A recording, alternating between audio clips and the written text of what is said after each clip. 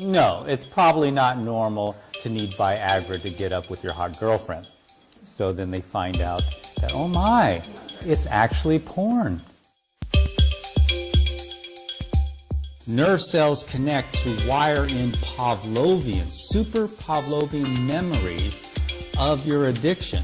For example, if you're an alcoholic and you've quit and you've been like 90 days sober and you're walking down the street, all of a sudden you walk by a bar, you hear some clanking of glass and the smell of alcohol, all of a sudden you get this urge to drink.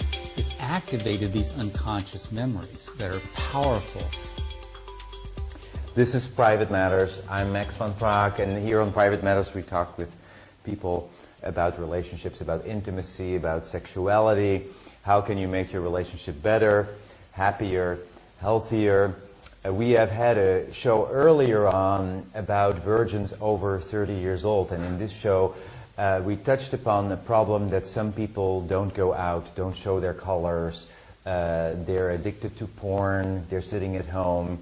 Today I have an expert here, someone who has done a lot of brain research on the impact of porn on people. And this is Gary Wilson. His website is yourbrainonporn.com. He has a lot to say about the topic. Welcome, Gary. Thank you.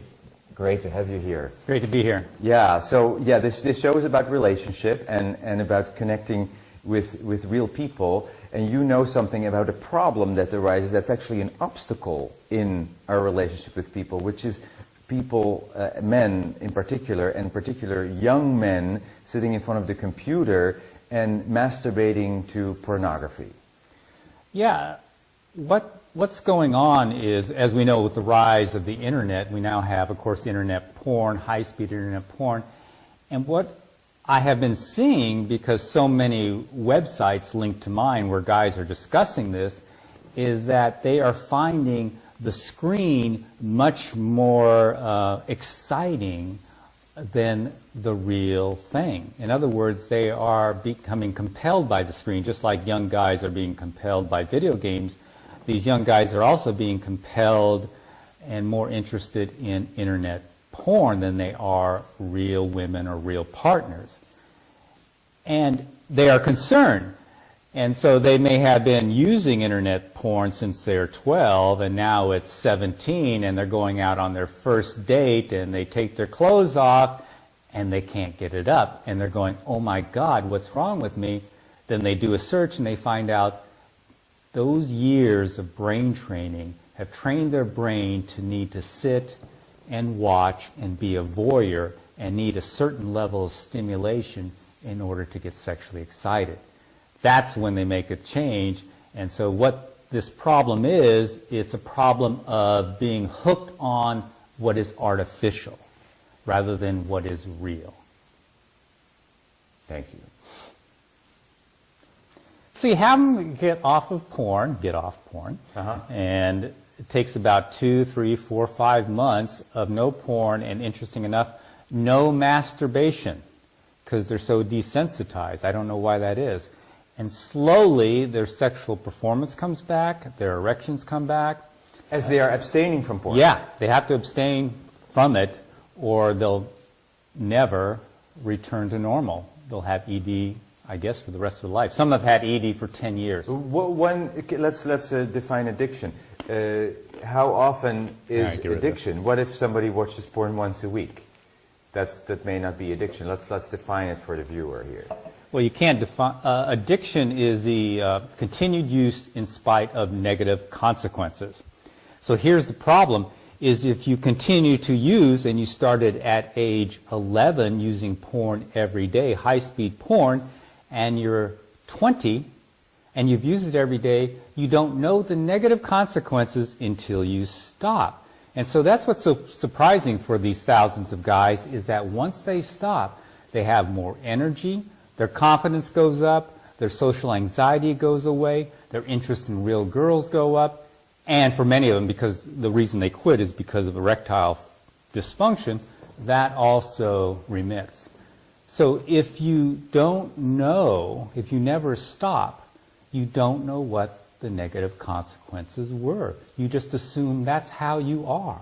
That's you. That's social anxiety, lack of confidence, no motivation to study or go get some job. Sure.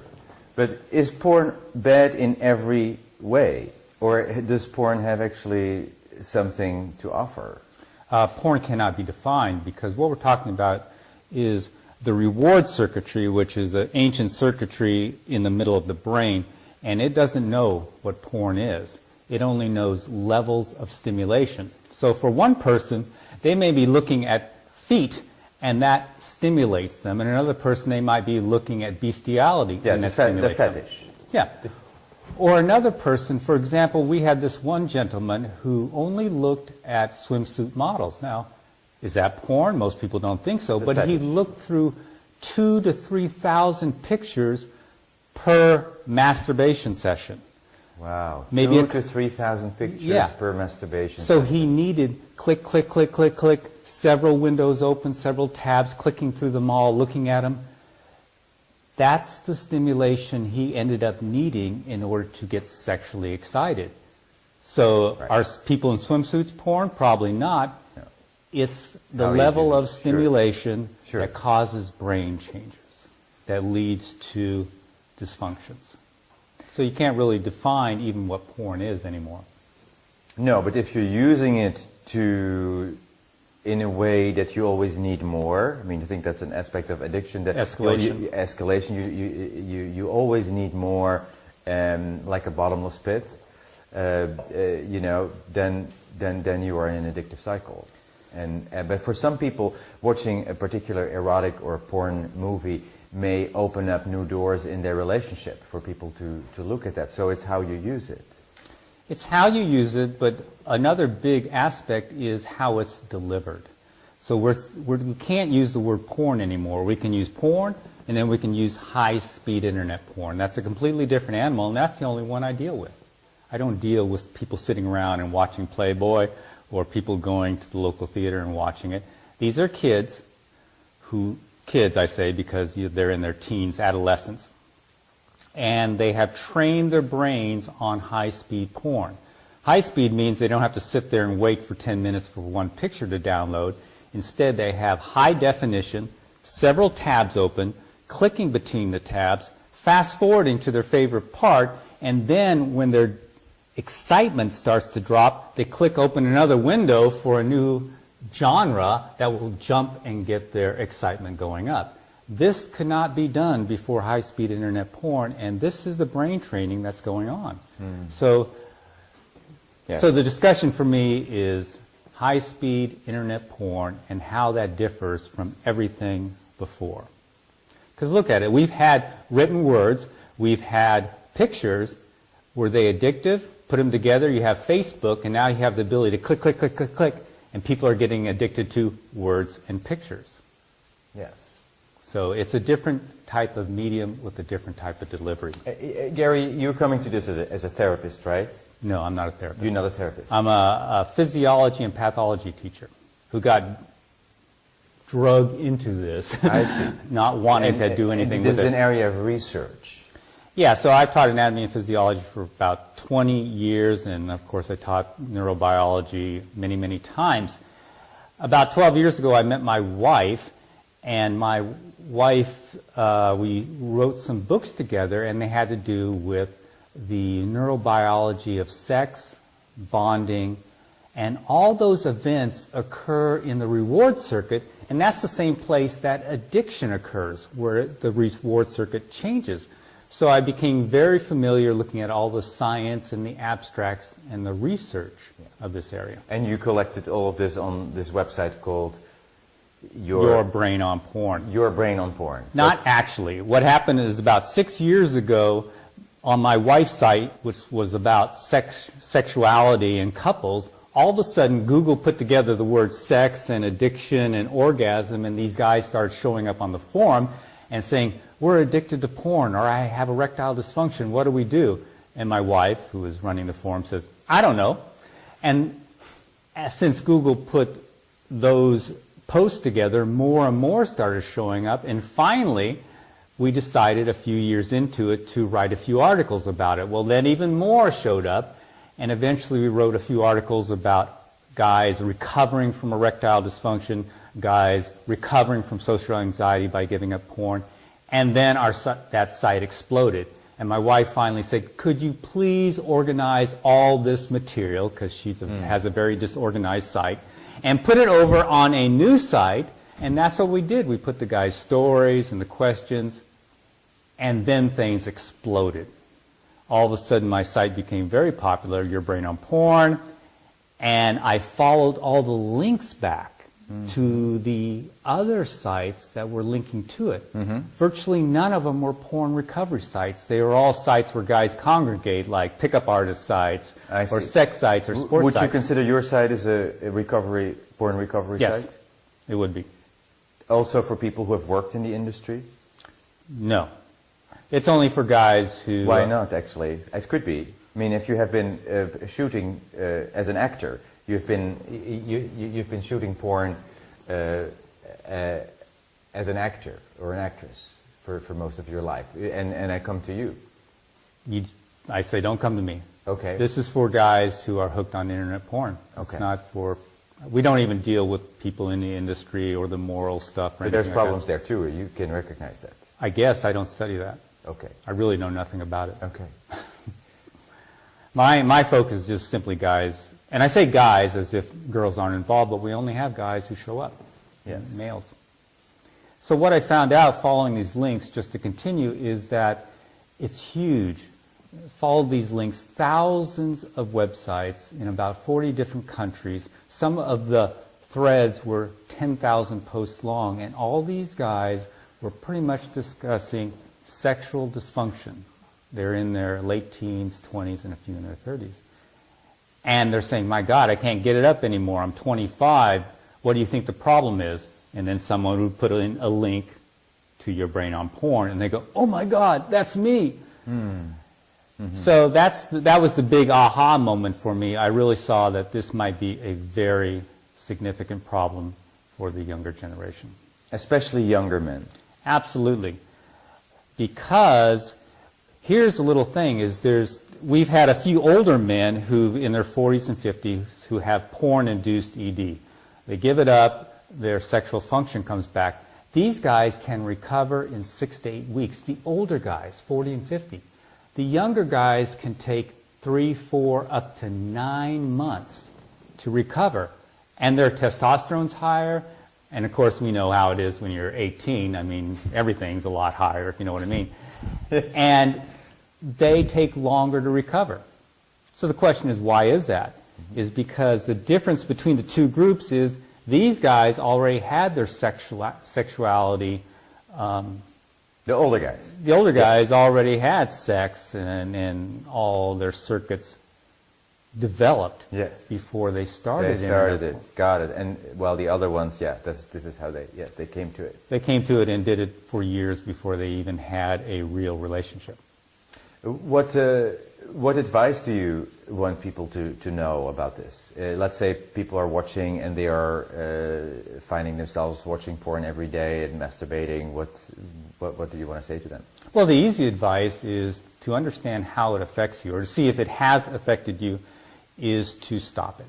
It's really that simple. Stop it for several months and see the differences. If there aren't any differences, you can make up for lost time, go back and use plenty of porn. But that is the key thing, is to stop and see how it's affected you. What happens if you truly are addicted is you'll go through withdrawal symptoms and feel worse for the first even few months. Guys who are truly addicted enter what they call a flat line, it's common vernacular, is they lose their libido, they swear that their penises shrink up, and they have no sexual desire whatever. And then all of a sudden, after about 6 to 8 weeks, they slowly come out of that loss of libido and go up to a plateau, and all of a sudden real girls start looking exciting. And they're starting to get spontaneous erections again, and they're starting to want to chase real partners. So the key thing is to stop using porn. That's how you find out if it's affected you. Stop using porn. Yeah. Yes. And then just see. Yeah, just see. If you feel and if you can't stop, clearly you have an addiction. That's right. That's right. It should be easy to stop.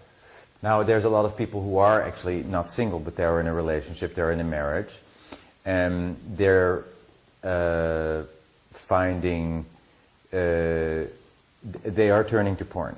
They're married and the wife doesn't think it's really cheating, or they're not sure whether it's cheating, but they feel cheated somehow, right? The partner feels cheated, the man goes to porn, and it takes energy away from the intimacy, from the relationship.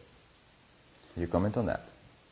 Well, since all my data or all my information really comes from guys, the guys who are married and in relationship, they often show up again to quit because they're having sexual problems.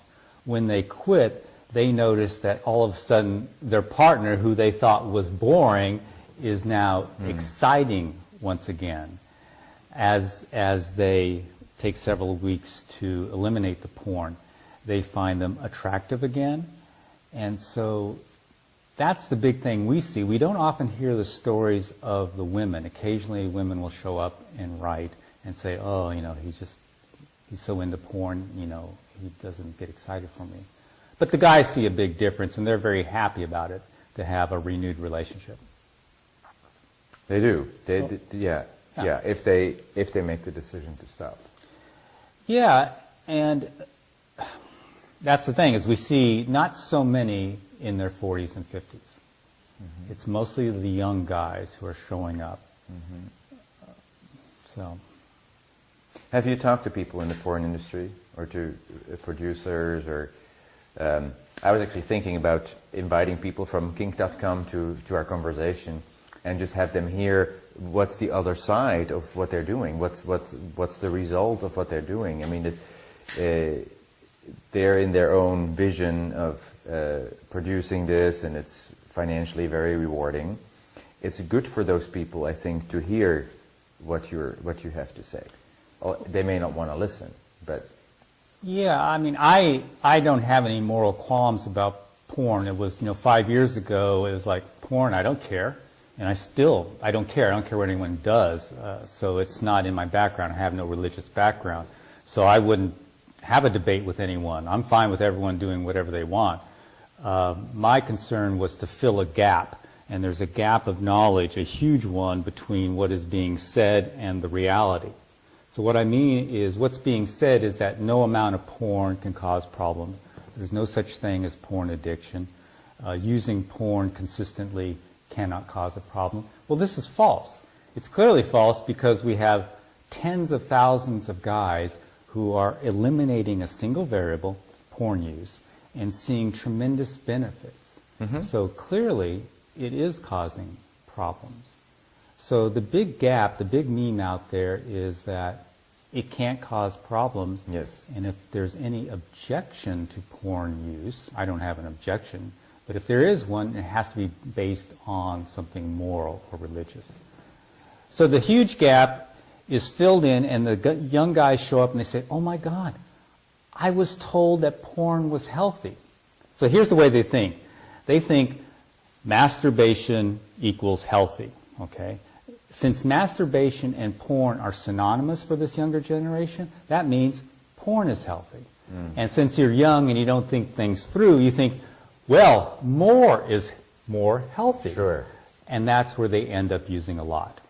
Where should these guys go to get support for abstaining? I haven't heard of a 12-step program that focuses on this. This would be actually a good thing, I think. There is Sex and Love Addicts Anonymous. There is Codependence Anonymous. There is all kind of relationship addiction groups. There should be a group for porn addicts as well. What do you think? Well, there is. My site is not that, but it has links to other sites. There's huge sites where young guys are actually not a supporting. site, an actual group where you meet face to face in face the room. to face. If in the room, sitting in a circle, this creates more healing. We were talking about it with a woman last week here in an interview who says women need actually the physical coming together, it's very healthy to not just sit behind a computer. It's actually healthy to come together and meet in a room, and that's what 12-step people do. Yeah, I agree with you. That would probably be very healthy, but it's unlikely to happen because there's shame associated with it. So since the guys are young guys who live in an internet age, they actually, most of them prefer to go on the internet and write. The ones do mention, okay, I've gone to a 12-step, but they've gone to a sex addiction. Yes, for people who go to prostitutes or are addicted to a partner, yes. Yeah, and that's a completely different animal than starting on internet porn at age 11 and not being able to stop at age 18. So yeah, I would agree with you. It would be great if they had some place to meet, but I don't know of any. You're right. Are you running groups No. in your area? No, I don't do that. I'm not a therapist. No, but you could be a group facilitator. Nope, I won't. You won't. I'm a teacher. That's my job. So I teach. I give them the science behind addiction and the science behind their symptoms. And when they learn that, it's really a benefit because they can detach and say, oh, you know, it's my primitive brain that's causing me to want to sit here and click from picture to picture. And they see that that primitive brain is in charge. Or they say, oh, my frontal cortex is inhibited. It's not functioning fully, which happens in all addictions. And that's why I keep relapsing. So they can detach and they can almost see their brain doing things it doesn't want to. They have a term, they call it their scumbag brain that's making them do this. Gary, you're very insightful, and I think it is so great what you're doing. When I first saw your website, it was like a few years ago, I was very happy, and I posted it on my Facebook page, and I ended up coming to you and having you here. How did you get to this passion? I mean, you're very passionate actually about it. You're very passionate about the topic and helping people or providing this information. What in your life has propelled you to gain knowledge about this? Well, if you saw me teach anatomy, you know I'd be passionate about the femur. So when I'm teaching, I'm passionate. But what happened was, again, it came down to all these young guys showing up on my wife's site, and then several of them being suicidal, wanting to kill themselves, thinking their life is lost. And we see this over and over again, the thousands of young men who feel that their sexuality is ruined, that they're not going to be able to get attracted to a real female, they're not going to be able to have real sex. And that's my passion now, is to try to fill this gap, because there's a lot of people suffering. I'm not out there to stop porn, I'm out there to educate so that the people who want to get over some of these symptoms caused by excessive porn use can find the information and do it. There's a lot of guys suffering out there, a lot. So that's behind my passion. Dopamine is what gives you the motivation and the urge and the excitement to do something. So over time, in any type of addiction, your dopamine levels and sensitivity drop in the part of the brain, so you need more and more stimulation to have the same effect. And then the other thing happens is you wire your brain, actually nerve cells connect to wire in Pavlovian, super Pavlovian memories of your addiction. For example, if you're an alcoholic and you've quit and you've been like 90 days sober and you're walking down the street, all of a sudden you walk by a bar, you hear some clanking of glass and the smell of alcohol, all of a sudden you get this urge to drink. It's activated these unconscious memories that are powerful, and they overwhelm the reward circuitry by spiking dopamine real high and saying, go get it.